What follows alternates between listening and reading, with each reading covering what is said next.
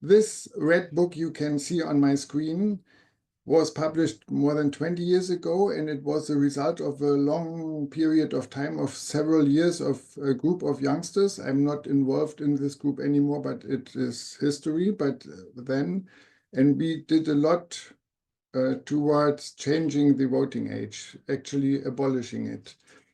And the reason why I'm here is that this book is translated meanwhile and will be published in a few weeks at the latest in English. And this is the reason why people should get to know about it, and I will get into the content a little bit. Just a second. How do you go? Can you still hear me? Yeah. The background, short background, this children's rights group, I'm not a member of anymore. They are old now, it's years ago. They were talking about their situation in their families and how parents do child rearing and command them, and the same situation in school. And they were so unhappy with school life and their position there and being told what to do and not being asked what they want to do and things like that. And finally, we ended up at the point, how can we change that? And the idea came up that they don't have a vote in politics, and if they would have a vote, get a vote, then they might get influence on that. Politicians had to react to their demand to change things in school. And we hired a lawyer, a German lawyer, who was quite qualified for going to the Supreme Court. There was a 13-year-old boy and a 16-year-old boy, and they took their basic right from our constitution to go immediately from where they are to the Supreme Court, because it was a violation of our constitution that people who are citizens, so they are part of the population, they have to be included in elections, because we have a democracy where the power comes from the people. And we brought it to the court, and then it took years. It was back and forth, and I can't explain everything here now, but I will go to the main questions we got immediately. There were discussions. I have 3 large folders of press coverage from these years. It was quite impressive. And we had to go through all the questions. And I pick 5 of them here on the right side. The question is, no age limit. Is that possible or correct, or what do you think about it? And people asked, do you want to send babies to the ballot box? And our reaction was clear. We don't send anybody to the ballot box. No adult is sent to the ballot box. You can choose if you want to go there. And the next question was, are children too immature? Are they mature enough to decide in political questions or about things that are more or less by parties on the ballot?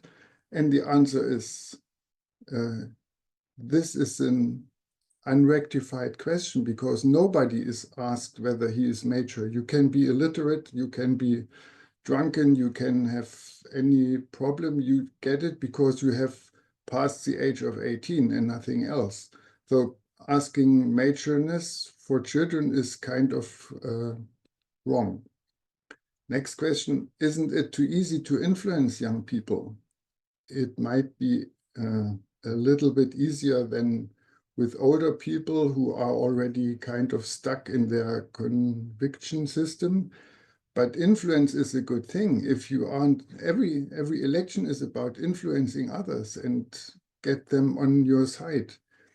And if children don't have the chance to get into the kind of exchange about ideas and visions and are not influenced, that is a kind of damage to children. They have to have a chance to be influenced, and the influence wouldn't be just from one side, it comes from all the sides.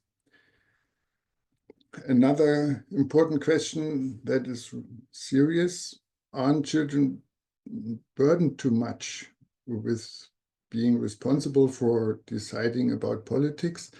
Some might feel that, But the first response from adults, their friends, their parents, their teachers, would be, you don't have to go there. If you feel burdened, you don't have to participate in elections. This is not, you are not forced to go there.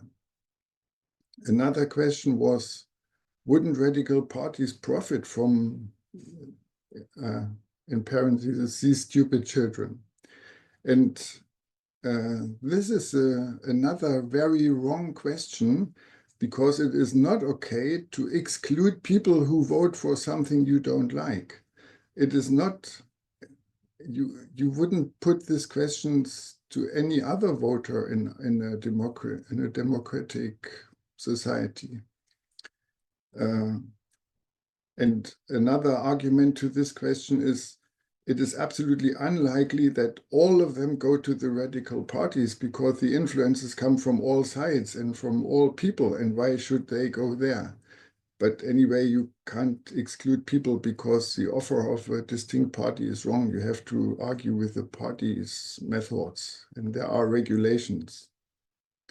This is a short kind of beginning of a longer list. Some of these questions are answered in writing on our website. The website is still there. I will show the website address only at the end of this short presentation.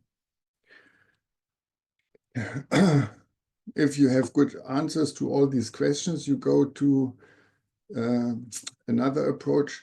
Why actually are you going to demand abolishing the voting age, or what would change? What are the, not what would change, but what are the reasons you engage in this? And we identified 3 different areas in society that are relevant. One is the consequences. If children would have had the right to vote, that would change the life of them, because they would be taken seriously, that people would talk to them in a different way. Some issues in politics, like school system or military or environment or others, would get another higher ranking in discussions, which is an advantage for children and actually for whole society. Another approach about an argument why you have to have children included in elections is legal principles. There are laws that say that all authority derives from the people, and there are general and equal elections, and they have to be direct and free and secret. And the general aspect is kind of not fulfilled if you exclude children. And it's not an equal share of power if children are excluded. So this is another argument line. And the third one is human rights. Human rights are an invention from, let's say, more than 200 years ago. And people found out that it's a good approach within societies to have everybody with the same right. I mean, the dignity is a kind of strange word. Dignity is nothing else than a general item to give people the equal rights. So dignity is nothing you can really grasp or touch. But if you give everybody the same right, then everybody is protected by these rights in the same manner. Even the strong people who have the power of the fist have the same rights as the poor or weak people. And that was the end of the law of the jungle. I crossed it out down here. And this is another, even if we wouldn't have good consequences, and even we wouldn't have legal principles in our constitution or in our laws, then human rights would be a reason to go for voting rights for children. Next question, next page.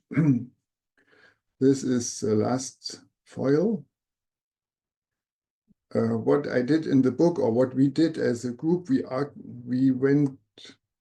put it this way: is it practical, feasible to practically feasible to set it in,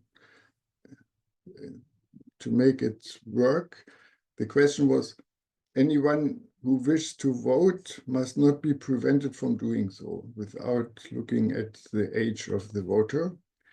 And we discussed it, and in the book there is a longer chapter about this. What are the risks for society if we would do that? And the first question is, how many youngsters would vote? In Germany, I mean, it differs from country to country a little bit. The structure of ages is different. In Germany, it's about 20 people below 18 years. And of them, I would say statistically, people from below 6 years wouldn't go there. So we would have about, let's say, 13% of population that would be additional voters. And these additional voters are children, and they are influenced by all different factions of society, from parents and teachers and news and media and everything. And they wouldn't vote all for the same bad, wrong party, how you call it.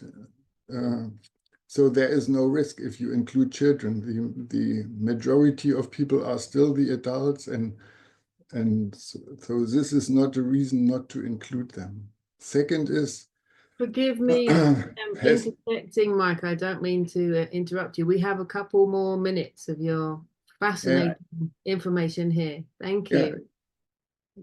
Just look down there. The legislation has to be considered. Politicians, acting, parents, mass media, and the young people themselves. But all this is very big. I went through this. It is uncritical. So this is kind of a very first small introduction. Thank you. On the right, you have web links. If you are interested, you can take the QR code and get some links. It's a list like this. It's okay. Thank you.